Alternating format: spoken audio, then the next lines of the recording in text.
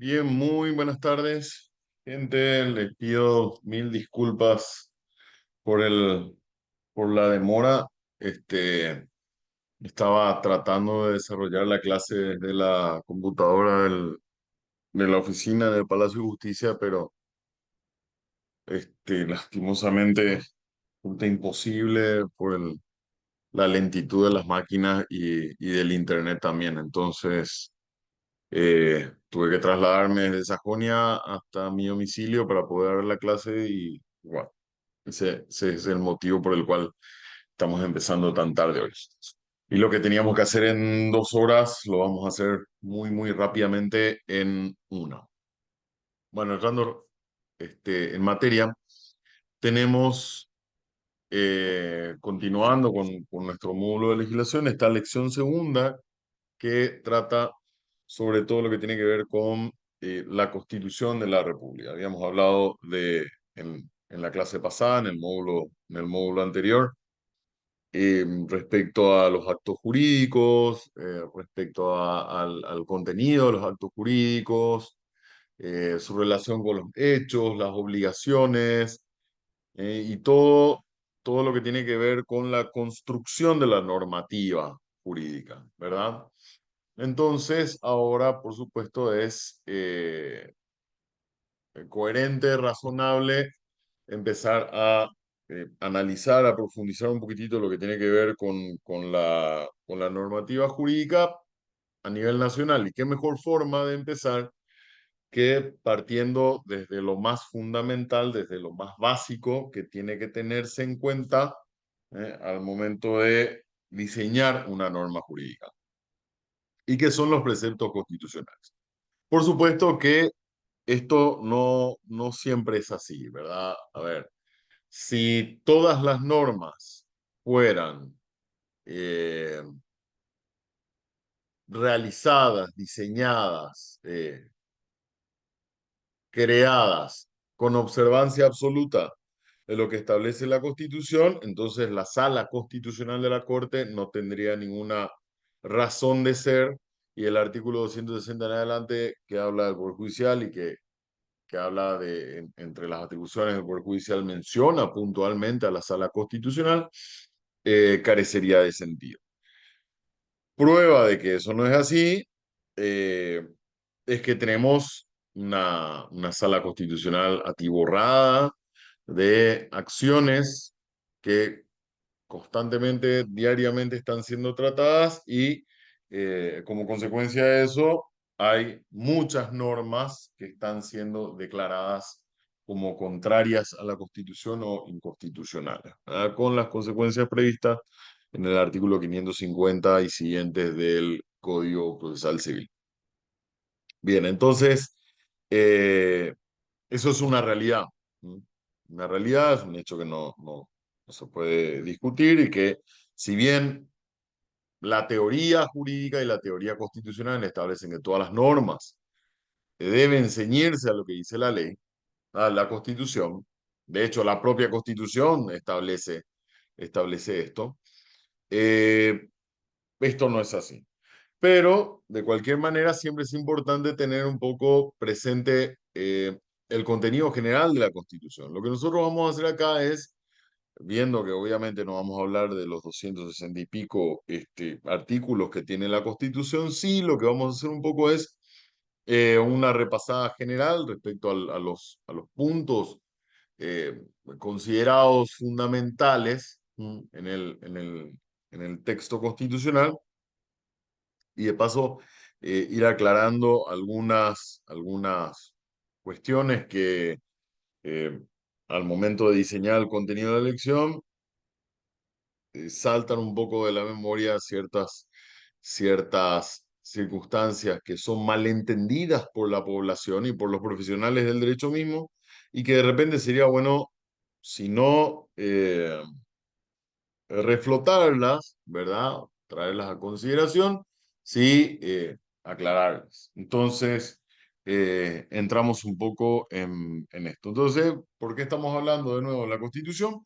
Y porque, habiendo visto la teoría general, a grandes rasgos, de lo que es la construcción de la norma, el contenido de la norma, la relación entre normas jurídicas, normas morales, normas éticas, normas sociales y la relevancia, ¿verdad?, de las normas jurídicas como entre todas las normas posibles es la que tiene la posibilidad de ejercer un poco esa coacción como consecuencia de su incumplimiento o de del intento de su incumplimiento. Entonces, partimos de lo fundamental, que es la Constitución, que es la base de todas las normativas y que, por supuesto, es la que tiene que tenerse en cuenta siempre al momento de diseñar una ley, decreto, reglamento, lo que fuera. Esto es importante también traerle un poco a colación. Por lo general hay una mala interpretación de que la Constitución es el rango superior de la ley y que entonces son solamente las leyes las que deben adecuarse a la Constitución. No, por supuesto que no. Los decretos, los reglamentos, las ordenanzas, los actos de la administración inclusive, ¿verdad? Que son variadísimos. No solamente las leyes, sino todos ellos tienen que ceñirse a lo que establece la Constitución, ¿verdad? Recordemos que eh, esto es cuestión de una interpretación sistémica. Tenemos en el 137 de la Constitución el orden jerárquico, ¿verdad? Que establece el norte que se tiene que seguir, mal llamada pirámide de Kelsen, porque Kelsen nunca hizo ni una pirámide, eso es un recurso didáctico nada más. Pero sí se le puede reconocer que él tuvo la idea de decir, bueno, en algún momento tenemos que ordenar esto y decir cuáles son las reglas que valen por sobre las otras y cuáles son las normas que marcan el norte que tienen que seguir todas las otras reglas, ¿verdad? Entonces, dijo, estas tienen que estar primero, estas tienen que ser las fundamentales, pero no hay una pirámide ni mucho menos. Bien, y entonces en ese orden de prelación, ¿verdad? Si quieren sacar la pirámide de la imagen mental, pueden hacer una lista de quién va primero y quién va segundo. Ahí, entonces, eh, se establece una jerarquía de normas fundamentales a normas eh, inclusive que llegan a cuestiones procedimentales o cuestiones procesales o formales o accesorias, ¿verdad? Bueno, entonces, partiendo de lo fundamental, entramos en lo que es nuestra Constitución. Yo siempre le recomiendo a la gente, para tener una idea general de lo que es cualquier normativa, no solamente la constitucional, sino cualquier normativa, eh, ver un poco el mapa general o el índice de lo que es la ley o la norma que uno está tratando, ¿verdad? En este caso, tenemos una estructura que recordaremos de la facultad, ¿verdad? Que la Constitución se divide en realidad en cinco partes, ¿verdad? Tomando desde el punto de partida el preámbulo, la parte dogmática, la parte orgánica, las disposiciones de reforma y las finales y transitorias, ¿verdad? Bien, entonces, en la primera parte, sacando al preámbulo, ¿verdad? Vemos que, antes que eso, vemos que la Constitución se divide estructuralmente en partes, títulos, capítulos, secciones y artículos, por supuesto, ¿verdad? O sea, yendo de mayor a menor. La primera parte tiene un total de 136 artículos, ¿verdad? Donde están las declaraciones fundamentales sobre la forma de Estado y gobierno, el, la soberanía y el diseño del gobierno. Tenemos en un título segundo, ¿verdad? Esto vamos a ir pasándolo, como les dije, no vamos a entrar a hablar de todos los artículos de la Constitución, porque eso sería básicamente desarrollar la materia de grado, lo que no es la finalidad de esta lección, ¿verdad? Pero sí vamos a ver dónde está cada cosa. ¿Mm? ¿Dónde está cada cosa? Y recordemos que acá en esta parte primera tenemos lo que se denomina normalmente parte dogmática. ¿Por qué parte dogmática? Porque es donde se establecen los dogmas, o sea, aquellas creencias, ¿m? Aquellas la parte de derechos fundamentales, la parte de pronunciamientos esenciales, reconocimientos de derechos básicos del, primero que nada, del Estado y luego de los ciudadanos, ¿verdad? De los habitantes, mejor dicho, de la República y seguidamente luego vendrá la parte estructural o la parte orgánica. En esta parte, ¿qué es lo que tenemos? El reconocimiento de estos derechos que estamos viendo acá. No solamente de derechos, sino también deberes, que puntualmente solamente tenemos tres deberes concebidos como tal en la Constitución, ¿verdad? Y las garantías. Y garantías, después en algún momento podríamos aclarar, si queda tiempo, los tipos de garantías que hay en la Constitución, ¿verdad? Bueno, entonces, en esta parte tenemos todo lo concerniente a la vida, al medio ambiente, libertad, igualdad, familia, pueblos indígenas, todo esto, la educación, los derechos, fíjense la extensión del artículo, del articulado referente a educación y cultura, ¿verdad? Bastante extenso, así como la libertad también. Las regulaciones fundamentales que hacen al trabajo y a los derechos laborales, ¿dónde entra? Entran las pautas mínimas constitucionales de lo que serían los derechos laborales a regirse mediante el Código Laboral, posteriormente, ¿verdad? Que sería el sector privado, y también de la función pública. Establece los parámetros fundamentales relacionados con el funcionamiento del el sector administrativo público.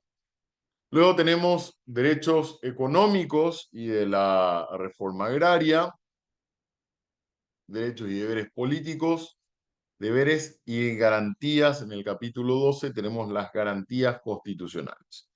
Es importante verificar que a nivel de garantías hay grandes diferencias en la Constitución respecto a cuáles son los tipos de garantías. Una son las garantías genéricas, me estoy spoileando un poco esto, garantías genéricas donde ustedes van a ver, se garantiza el derecho a la competencia de mercado, se garantiza el derecho a la libre expresión, etcétera, etcétera. Y luego tenemos, también son garantías constitucionales, las garantías jurisdiccionales, que son herramientas procesales o tipos de juicios que podemos utilizar para la defensa de derechos constitucionales, básicamente. Luego, en esta segunda parte, tenemos el ordenamiento político de la República, con un total de 155 artículos. En lo fundamental de esta parte 2 del Estado tenemos las declaraciones generales, las relaciones internacionales, nacionalidad y ciudadanía, el ordenamiento territorial de la República, ¿verdad? Fíjense que está en la Constitución cómo se va a organizar el territorio. ¿Por qué es importante esto? Me van a decir, ¿pero qué tiene que ver en la Constitución el tema del ordenamiento territorial? Y es importante por el hecho de que, eh, fíjense que uno de los elementos conformadores, al menos bajo la percepción de Jelinek, eh, uno de los elementos conformadores del Estado es el territorio, ¿verdad? O sea, que el Estado, podemos hablar de Estado cuando hay territorio, población y poder, ¿verdad? Bueno, territorio tiene una relevancia porque un Estado constitucional sin territorio no es completamente un Estado, ¿verdad? Son tres elementos fundamentales. Luego tenemos la fuerza pública y la política económica, que si bien no tiene mucho que ver acá en lo que se está hablando, bueno, los convencionales la han puesto ahí y ahí se quedó. Luego tenemos la estructura y la organización del Estado. Estamos siempre hablando de la parte 2 de la Constitución. La parte 1 era lo concerniente a las garantías constitucionales, perdón, los derechos, deberes y garantías constitucionales. Y la parte 2 habla de cómo se estructura el Estado, cómo se va a ordenar el Estado, cómo se va a ejercer el poder y los requisitos para el ejercicio de ese poder. Fíjense que acá tenemos las tres funciones fundamentales del Estado en el poder legislativo, ¿verdad? Las atribuciones, todo lo que tenga que ver con este órgano del Estado, en el Congreso. Luego tenemos en el capítulo 2 al Poder Ejecutivo y en el tercero al Poder Judicial, donde tenemos en mayor medida los requisitos constitucionales para el acceso a los niveles de decisión política de esos órganos, ¿verdad? Los requisitos, las incompatibilidades, las inhabilidades de estas instituciones u organizaciones. Luego tenemos otros organismos del Estado, que son este, de la Defensoría del Pueblo, la Contraloría y la Banca Central. Y luego en el título 3 tenemos el estado de excepción. En el título cuarto, ¿verdad? Reforma, enmienda de la Constitución. Y como les decía, en el título quinto, las disposiciones finales y transitorias. Ustedes se fijan, este es el mapa general de nuestra Constitución. Esta es la forma en que se estructura nuestra Constitución y, por supuesto, no todas las constituciones del mundo lo hacen de la misma manera. Esta es la forma en que han elegido los convencionales de 1992 para diseñar lo que llamamos nuestra ley fundamental. Bien, en el preámbulo, que es el comienzo, la parte, digamos, introductoria de la Constitución, vemos y destacamos rápidamente algunas notas fundamentales que tenemos en el preámbulo, como ser, ya identificando acá, cuando dice pueblo paraguayo por medio de sus legítimos representantes, está hablando ya de la forma de gobierno, ¿verdad? Representativo, o sea, no es una monarquía, ni mucho menos, ¿verdad? Es una democracia indirecta.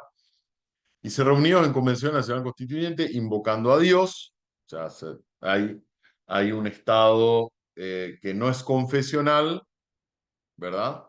Pero que sin embargo reconoce la existencia de un ser superior. ¿Y esto por qué tiene importancia, me van a decir? ¿Por qué hay que hablar de Dios? Y porque cuando se habla de Dios, estamos, si bien no hablamos del Dios católico apostólico romano, ni mucho menos en la Constitución, por más que se habla de la cooperación entre la Iglesia Católica y el Estado, sí estamos hablando de las normas van a ser diseñadas para solucionar problemas siguiendo criterios de lo que es bueno y lo que es malo según la cultura occidental. ¿Ok?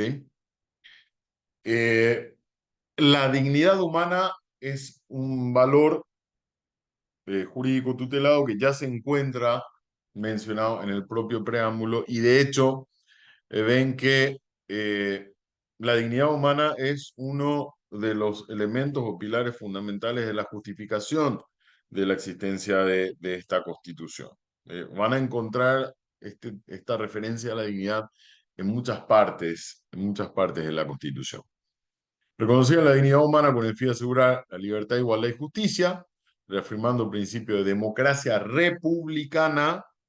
Esto implica separación de poderes o de funciones, representativa, o sea, no es una democracia directa, ¿verdad? Sino que se ejerce mediante los senadores, diputados, presidente, etcétera.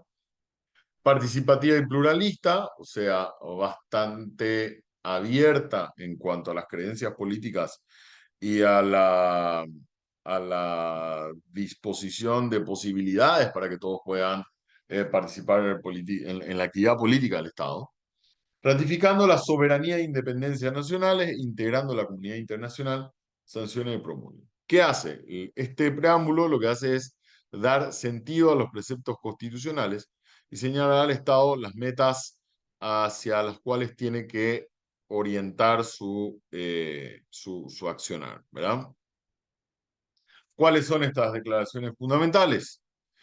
Tenemos, evidentemente, en los primeros artículos, ustedes se fijan en la Constitución y qué es lo que hace la Constitución. La Constitución es como que se reconoce a sí misma primero, ¿verdad? Te van a ver cuál es el valor supremo para un ser humano. ¿Qué es lo más importante para un ser humano?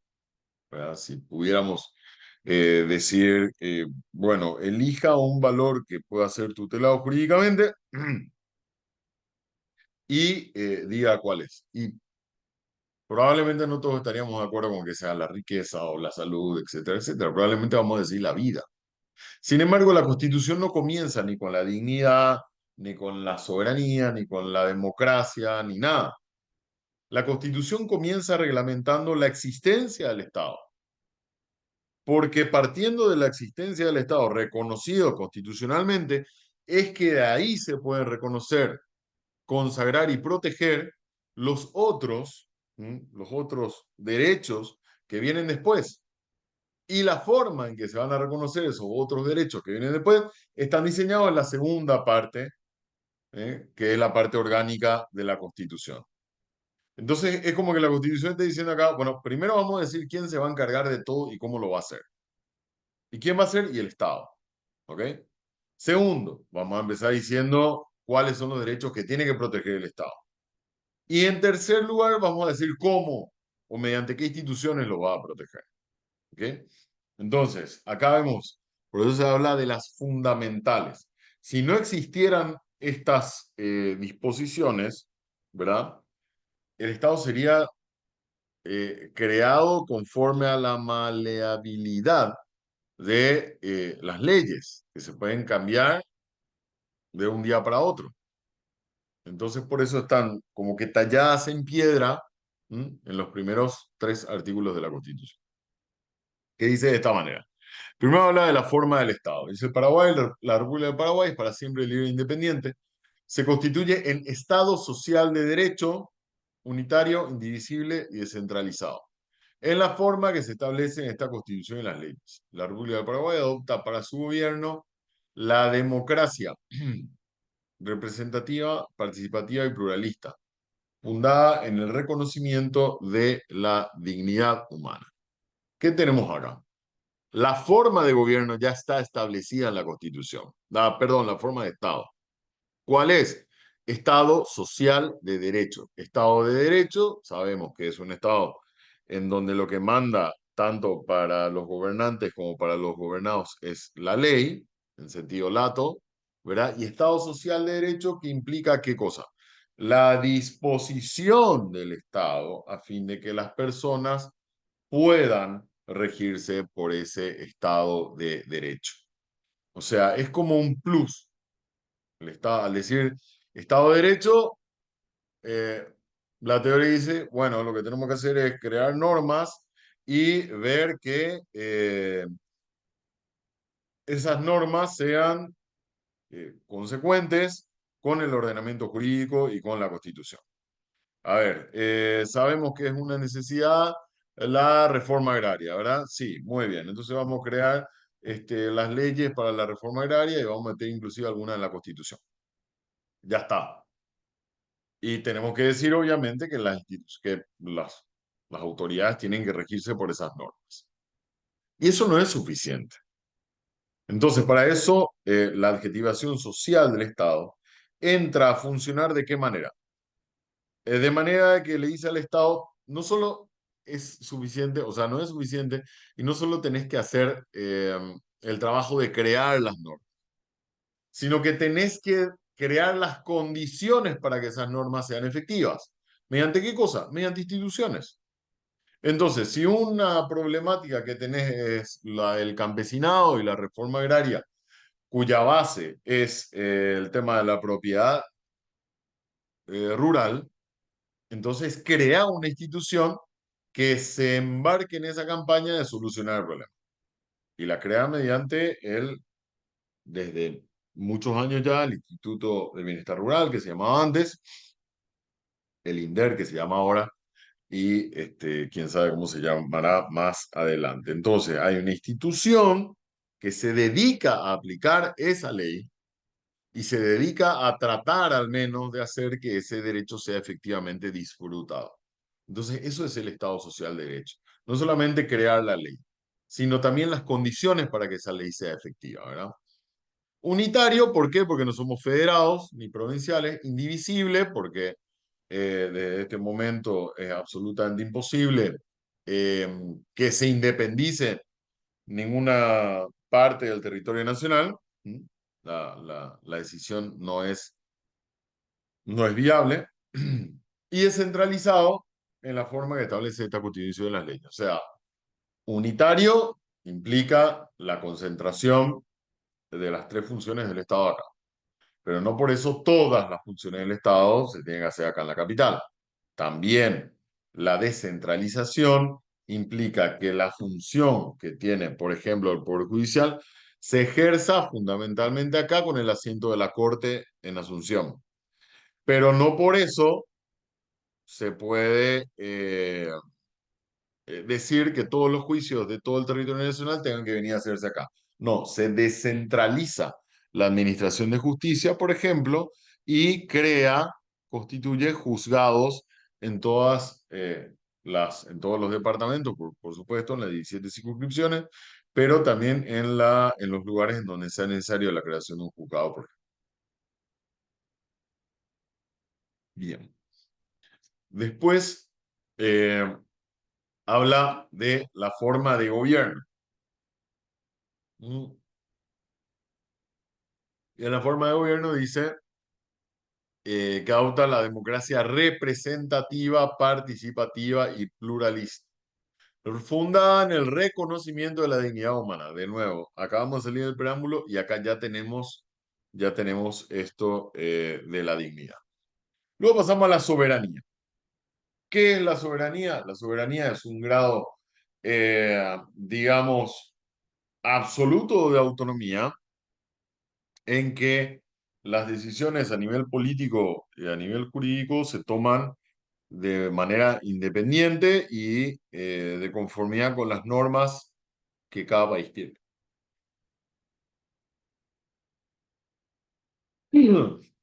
Perdón.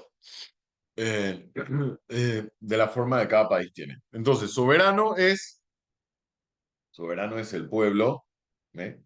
Que se guía por sus propias reglas. Cuando nosotros no teníamos soberanía, y no teníamos soberanía cuando éramos una colonia, ¿verdad? Porque nos regíamos por el gobierno, por la Constitución española, las leyes españolas, ¿verdad? De la metrópoli. La soberanía es una característica del Estado independiente. Hay países de África que no tienen soberanía. ¿Por qué? Porque si bien se llaman, creo que territorios de ultramar o territorios administrativos de Francia, en realidad son colonias de Francia. Francia es uno de los pocos países del mundo que actualmente, aún habiendo sido, esto es muy notable, ¿verdad? Sea una de las revoluciones más grandes que, que se realizaron en beneficio de la libertad,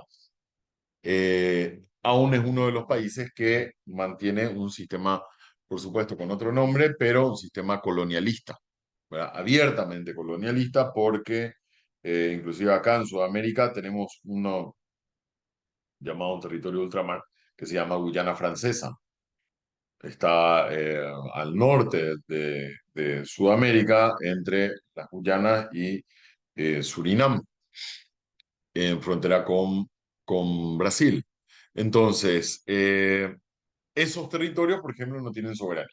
¿Por qué? Y porque se guían o se rigen por la Constitución francesa, por las leyes francesas.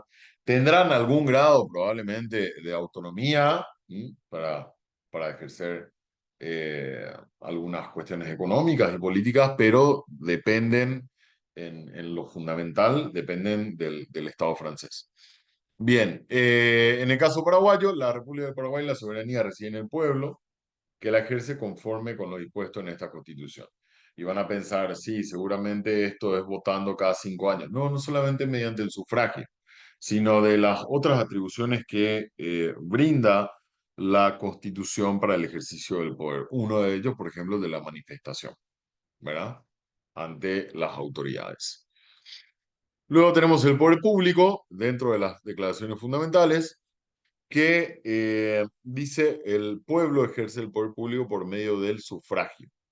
El gobierno, y esto está tachado aquí porque si bien lo destaco, porque es texto constitucional, no puede dejar de ponerse, fíjense que dice, el gobierno es ejercido por los poderes legislativo, ejecutivo y judicial. En realidad el que gobierna es el ejecutivo, el que gobierna es el presidente. Eh, en puridad no puede hablarse de que la Corte, cuando esté dictando una sentencia, haga un acto de gobierno. Sobre todo si partimos de la base de que la Corte o el Poder Judicial carece de lo que se denomina normalmente legitimidad de origen. Legitimidad de origen popular, ¿verdad? O sea, está puesto ahí porque el pueblo lo quiere. Eso no es algo característico del Poder Judicial. El Poder Judicial se integra, se erige bajo otras reglas, en otras condiciones. Sí pueden, y eso es punto de partida del eterno debate, por decir una manera, que hay entre el Poder Legislativo y el Poder Ejecutivo, y es que los dos dicen, a mí me votó el pueblo. Yo puedo estar acá porque a mí me votó el pueblo, ¿ok? El Poder Judicial no puede decir eso. Entonces, si carece de legitimidad de origen popular, entonces no puede decir que, o al menos no sería correcto decir que ejerce un acto de gobierno. A ver, un acto de administración, ir a inaugurar un juzgado, una cuestión así, sí, pero no un acto de gobierno. ¿Ok? No obstante, igual, esto lo pusieron los convencionales y bueno, se queda ahí, ¿verdad? Es ejercido por los poderes legislativo, ejecutivo y judicial en un sistema de separación, equilibrio y coordinación y recíproco control. Y que, por supuesto, ninguno de ellos puede atribuirse facultades dictatoriales, ya que esto está fuera de la ley. Luego pasamos al título 2 que habla de los derechos, deberes y garantías. Acá entramos, fíjense, en el cuarto artículo recién. En el cuarto artículo recién. Es que la Constitución comienza, ¿verdad? Con el reconocimiento de estas cuestiones fundamentales para el ser humano. Primero habló, fíjense, habla de qué es lo que es el norte en el preámbulo, cuál es el norte, ¿Mm? El conocimiento de la dignidad, la libertad, la justicia. Luego dice, acá, artículo 1, creamos el Estado y vamos a decir cómo funciona, o al menos lo fundamental del funcionamiento del Estado. Después de eso recién vamos a lo que yo les decía, probablemente podamos preguntar cuáles son los derechos que nosotros consideraríamos fundamentales, ¿verdad? Que nos reconozcan. Evidentemente el derecho a la vida primero. Si no tenemos vida, ¿de qué nos sirven el resto de los derechos? Si no tenemos vida, no nos sirve el ambiente saludable. Si no tenemos vida, no nos sirven las protecciones patrimoniales. Si no tenemos vida, no nos sirve el reconocimiento del derecho al honor y la reputación, entre otras cosas. Entonces, derechos procesales ni hablar. ¿De qué nos sirven los derechos procesales si no tenemos vida, verdad? Bien, entonces comienza con lo básico del ser humano, pero recién después de hablar de la existencia y conformación del Estado. Entonces, tenemos en el artículo,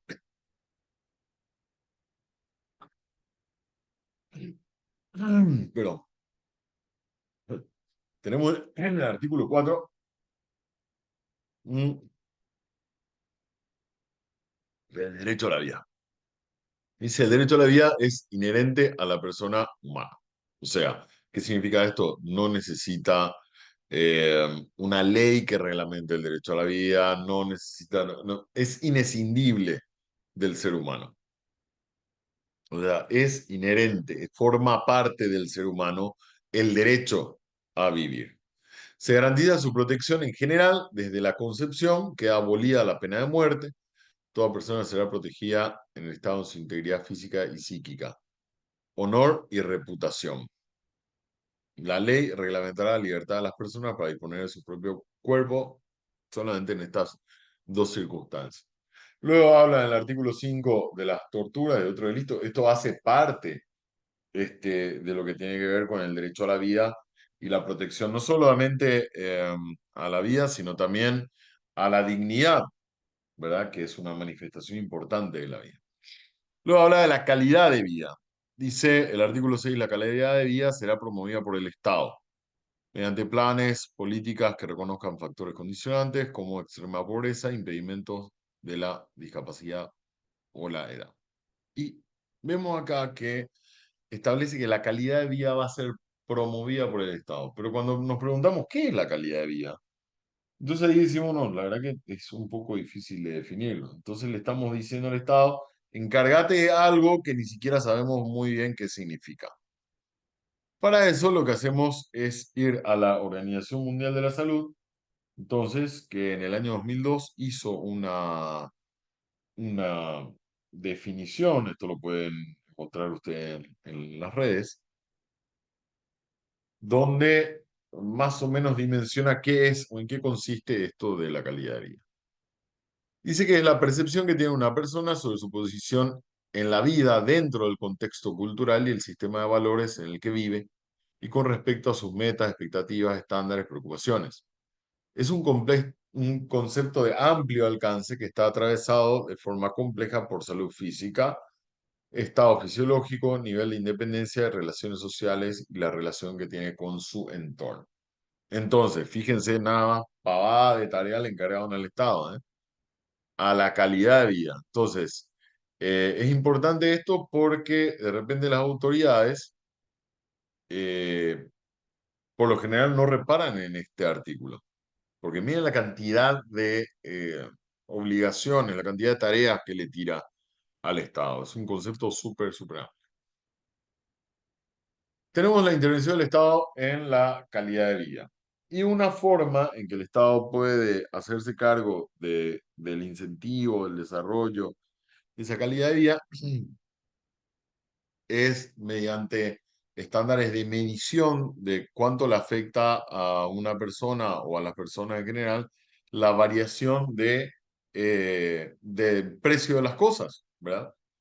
Partiendo desde el punto de vista que, bueno, no es el materialismo que dice que tenemos que tener todas las cosas para ser felices, sino partiendo del punto de vista de que para subsistir necesitamos cosas que se llaman alimentos.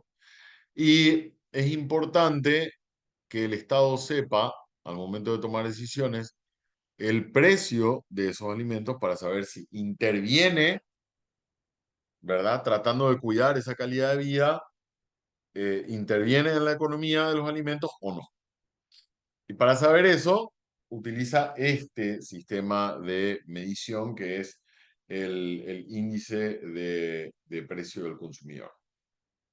Avanzo un poco rápido porque me pasa la hora y tengo que desarrollar al menos hasta la mitad de nuestra lección, ¿verdad? Luego tenemos el título 2 de los derechos, los deberes y las garantías. Tenemos el derecho al ambiente saludable, la protección ambiental, la libertad y la seguridad de las personas. Y acá es donde quiero hacer, por ejemplo, una de las apreciaciones que me parece importante para aclarar ciertos conceptos. Dice la libertad y la seguridad de las personas. Si toda persona tiene derecho a ser protegida en su libertad y en su seguridad, nadie está obligado a hacer lo que la ley no ordena ni,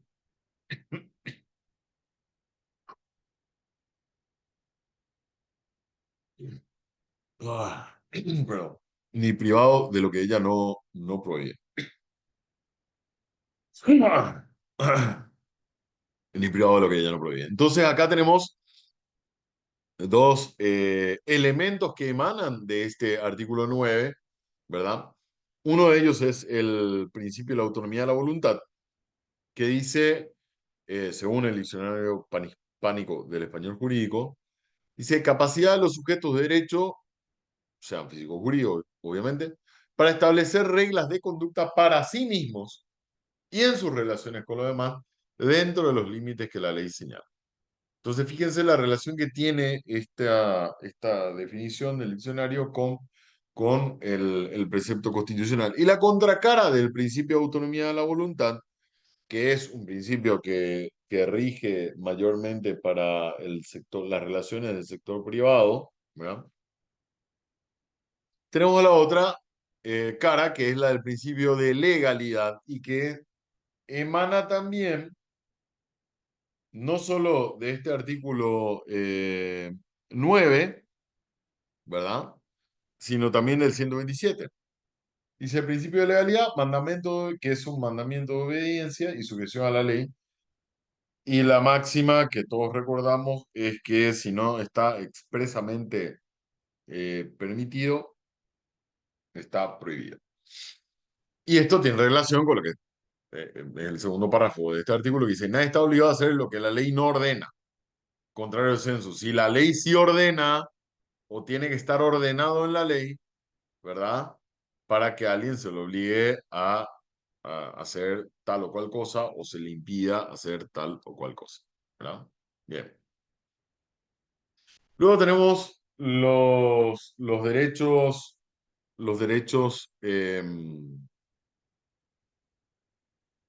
procesales en el,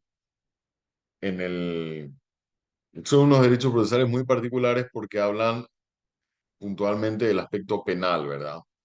O de lo que podría ser alguna relación con el ámbito infraccional del Estado. Eh, Acá vemos, y avanzo un poco rápidamente, las cuestiones fundamentales que tienen que ver con la detención y el arresto, que es otro punto en que normalmente se incurren muchas confusiones por parte de los profesionales. Vamos a mirar un poquitito este artículo. Dice, nadie será detenido ni arrestado sin orden escrita de autoridad competente.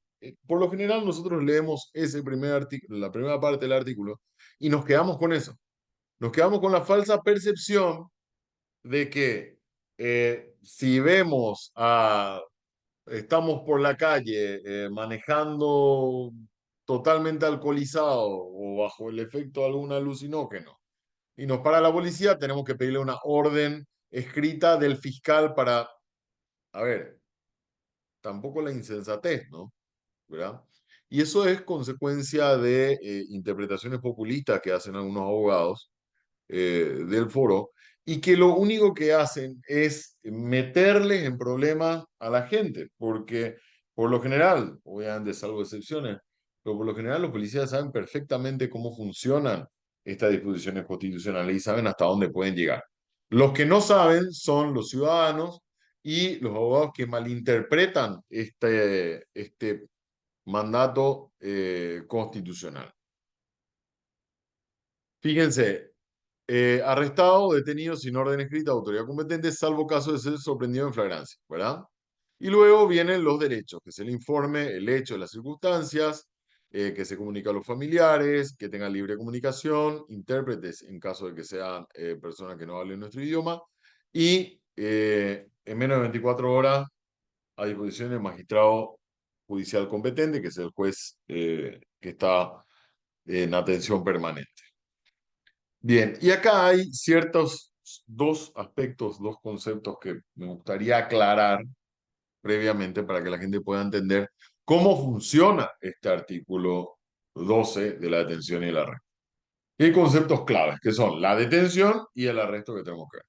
Detención, dice, se lleva a cabo cuando hay sospechas razonables de que la persona ha estado involucrada en actividades criminales, pero no existen suficientes pruebas para realizar un arresto formal. Durante la detención, la policía tiene el derecho de interrogar a la persona, realizar registros, siempre dentro de los límites legales establecidos. Muy bien, entonces, ¿qué es el arresto si la detención no es lo mismo, no es sinónimo? Vemos acá que en concordancia con esta definición del arresto, perdón, de la detención, antes de pasar a desarrollar el arresto, vemos que ¿dónde se encuentra plasmada esta posibilidad de realizar detenciones? Fíjense, hay sospecha razonable de que la persona estaba involucrada en actividades, pero no hay pruebas suficientes para un arresto formal. ¿Y qué nos dice la ley 5757 que modifica la ley orgánica de la Policía Nacional? Dice, entre los objetivos, ¿verdad? ¿Cuál es la misión? Prevenir la comisión de hechos punibles y falta mediante la organización técnica, la información y la vigilancia. ¿Cómo se realiza esa vigilancia? No es con que un policía nos esté siguiendo 24 horas. Es que la policía vigile dentro de las actividades normales de la sociedad, vaya realizando actividades de vigilancia, que puede ser discreta, ¿verdad? Sin que la gente lo sepa, o puede ser explícita, que se realiza por medio de lo que conocemos como barreras, ¿verdad? Entonces, esa barrera, o momento en que la policía nos dice, permítame ver su mochila, su vehículo, lo que fuera, a fin de verificar si está usted involucrada en la comisión de un hecho punible. Y esa es una forma de vigilancia. Y fíjense que esto inclusive está en el Código Procesal Penal, que es desconocido por muchos abogados que dicen, ustedes tienen que resistirse cuando la policía le pide su documento porque tiene que tener una orden escrita. Mentira. Y no le hagan caso a esa gente porque esto está en la propia ley procesal penal cuando habla de, en el artículo 182, o sea, en realidad más al artículo 179 habla de inspección de personas, 181 inspección de vehículos, 182 inspecciones colectivas.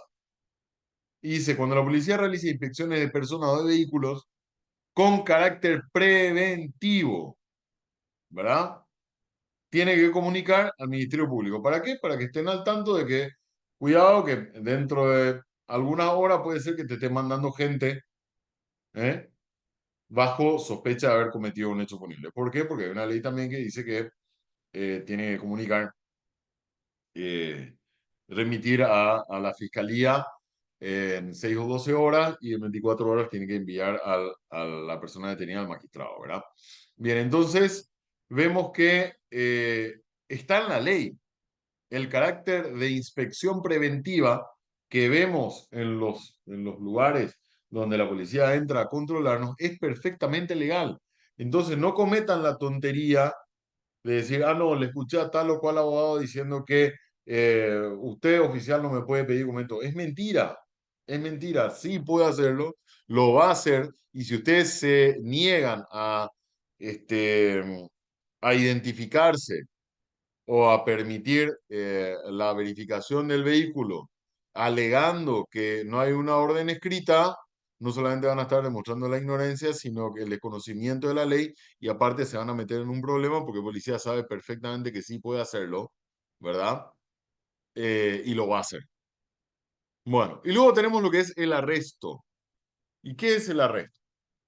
Es la privación de libertad ya efectiva. ¿Mm? Privación de libertad efectiva por parte de autoridades policiales. Se lleva a cabo cuando existen suficientes motivos razonables para creer que la persona ha cometido un delito. El arresto implica que la persona queda bajo custodia de la policía y se le niega libertad de movimiento. En la detención, una persona se le, digamos, se le altea temporalmente a fin de qué? De que informe sobre su persona o que permita que se le registre. Luego de lo cual se le libera, ¿verdad? Es como que la policía se te para enfrente, vas caminando por la vereda y la policía te para enfrente y te dice, un momento, ¿me puede decir su nombre? Y te va a decir, ¿para qué? Dígame su nombre. Y para ver, por ejemplo, si es que no tiene orden de captura, ¿verdad? Una persona fugada de la justicia. ¿O cómo piensan ustedes que la policía logra, aparte de la otra actividad de investigación, logra de repente meter a tanta gente en esa barrera? Porque eh, a las personas la van identificando, le piden documentos, se identifica, miran la base de datos y dicen, ah, no, usted tiene orden de captura de 3 juzgados distintos. O usted se supone que tiene que estar, por ejemplo, en su domicilio porque tiene arresto domiciliario. ¿Y qué hace en la calle? Entonces, mediante este tipo de actividades desplegadas de verificación, de investigación previa, que son perfectamente legales, es que la policía cumple su misión. Bien, avanzamos. Luego tenemos, entre otros derechos, la no privación de libertad por deudas y retroactividad de la ley, o sea, no aplicación eh, eh, previa a la entrada en vigencia de la ley. La prohibición de hacerse justicia por sí mismo, que es una base doctrinaria de la existencia misma del Estado, ¿verdad? Uno de los motivos por los cuales existe el Estado es para evitar que nosotros apliquemos la ley del talión, ¿verdad? No obstante, igual la Constitución garantiza que si estamos ante una amenaza inminente de sufrir un daño, bueno, se garantiza la legítima defensa, ¿no? No es que si alguien nos va a disparar, decimos, no, no te voy a decir nada, no me voy a defender porque voy a esperar después a querellarte por lesión grave o tentativa de homicidio. No, porque después uno muerto, medio que no puede hacer nada. Entonces, cierto, con algunas particularidades, eh, pero la Constitución lo que hace es decirnos no, no ejerza usted su justicia, deje que vaya un fiscal, un juez, un abogado y que por esos medios se llegue a esa situación de equilibrio anterior otra vez. Luego de la defensa en juicio, y acá tenemos los derechos procesales, que si bien, como tenemos ahí marcado, habla de la posibilidad de aplicarlos ante la eventualidad de una pena o sanción, en realidad estos derechos procesales son extensivos a todos los procesos y procedimientos. O sea, no estoy hablando solamente ya de procesos en el ámbito jurisdiccional, o sea, ante los tribunales, sino procedimientos que son los trámites desplegados, realizados ante la administración pública, en cualquier etapa, en cualquier instancia, en cualquier actuación. ¿Ok? Tanto para el Ministerio de Agricultura, el Ministerio de Economía, las aduanas, etcétera, etcétera. Estas reglas son aplicables, son principios generales que son aplicables a todos los trámites. ¿Ok? La presunción de inocencia, el juicio público dentro de la posibilidad de que se realice, ¿verdad? En los juicios donde se encuentran comprometidos intereses de menores de edad, por ejemplo, no puede ser público, inclusive los nombres de los chicos se tachan, no se ponen solamente las iniciales. Eh, la condena a un juicio previo fundado en una ley anterior del proceso. Esto es básicamente la imposibilidad de aplicación retroactiva. O sea, lo que está diciendo es, y esto también es consecuencia del principio de legalidad, fundado en una ley anterior al hecho del proceso. No dice una ley anterior al proceso, al hecho del proceso. O sea, tiene que haber, para que a mí me den una consecuencia jurídica, que es algo que caracteriza a las normas jurídicas, para que se active en mi persona esa consecuencia jurídica, tiene que existir antes de que yo haga lo que la hipótesis normativa, que ya vimos la semana pasada en qué consiste, sea realizada por mi persona. Eso se entiende perfectamente. Que no se le juzgue más de una vez por el mismo hecho, ¿verdad? Esto no es solamente al ámbito penal, sino sumario administrativo también. ¿Mm? Que se defienda por sí misma o sea asistida por defensores de su elección, un defensor gratuito en caso que no pueda pagarlo, la comunicación breve y detallada de la imputación, ¿m? La actividad probatoria, despliegue de la actividad probatoria, que no se opongan pruebas obtenidas en violación de normas, o sea, lo que conocemos de repente como un pinchazo de teléfono o intercepción de comunicaciones, por ejemplo, el acceso a las actuaciones procesales, ¿verdad? Que no haya actuaciones que sean secretas y que ya no, esta parte no te puedo mostrar, ¿verdad? Y la duración de los procesos. Fíjense, el sumario no se prolongará más del plazo establecido por ley. Y la indemnización en caso de error judicial. Eso sí, no puede haber ahí una interpretación extensiva porque habla de una figura jurídica muy puntual que es el error judicial. ¿Mm? O sea, no puede extenderse a error administrativo, no puede extenderse a error en la política de gobierno, etcétera, etcétera, o en un sumario administrativo, ¿ok? Solo habla del error judicial.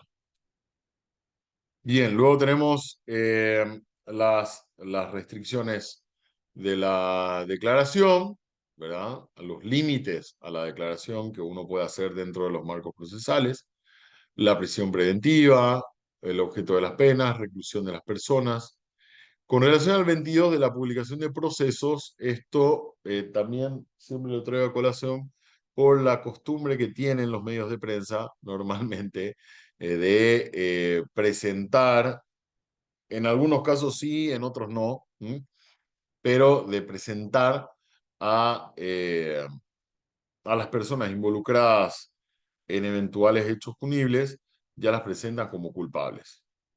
Fíjense que el artículo 22 dice, la publicación de procesos judiciales en curso debe realizarse sin prejuzgamiento.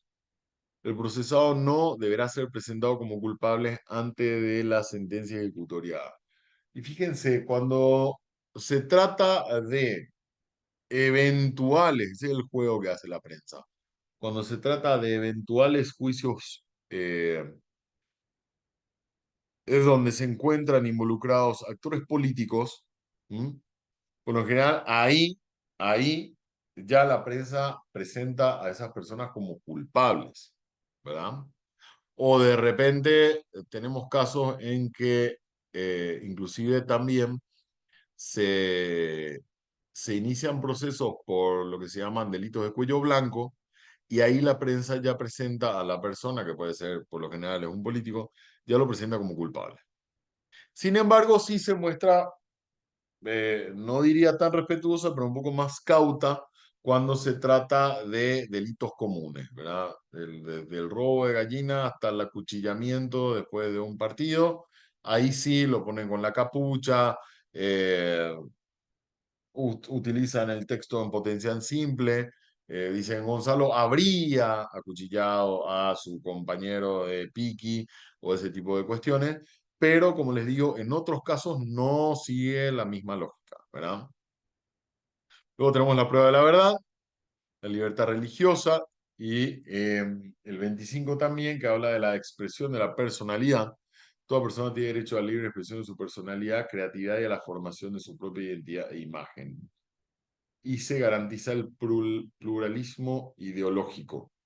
Este pluralismo ideológico es la posibilidad de seguir, adoptar distintas corrientes políticas que a nosotros nos parezcan más interesantes. Eh, en pluralismo ideológico entra básicamente todo, ¿verdad? Todo lo que sea alguna corriente de pensamiento. Y este artículo tiene mucha relación con las declaraciones fundamentales que estábamos viendo cuando habla de la forma de gobierno, ¿verdad? Participativa, pluralista, ¿m? ¿Verdad? Estábamos hablando representativa, participativa, pluralista, y en ese pluralismo se llega a esto, libre expresión de la personalidad, en que cualquiera puede adoptar o asociarse o agremiarse al partido político de su preferencia. Aquí puede serse socialista, comunista, capitalista, libertario, el que ustedes quieran, ¿verdad? Esto es un reconocimiento constitucional. Luego tenemos del empleo masivo de los medios de comunicación social, el artículo 27, que lo destaco aquí por su trascendencia con relación a la actividad de los medios de prensa, ¿verdad? Habla del empleo de los medios de comunicaciones de interés público, no puede ser, no se puede clausurar ni suspender su funcionamiento. O sea, no hay acto de gobierno que pueda, como sí se hizo en otro momento de la historia, cerrar un medio. Por más crítico que sea, aunque mienta eh, todo el tiempo, ese medio de comunicación no puede clausurarse, ¿verdad? ¿Por qué? Porque constitucionalmente es declarado de interés público.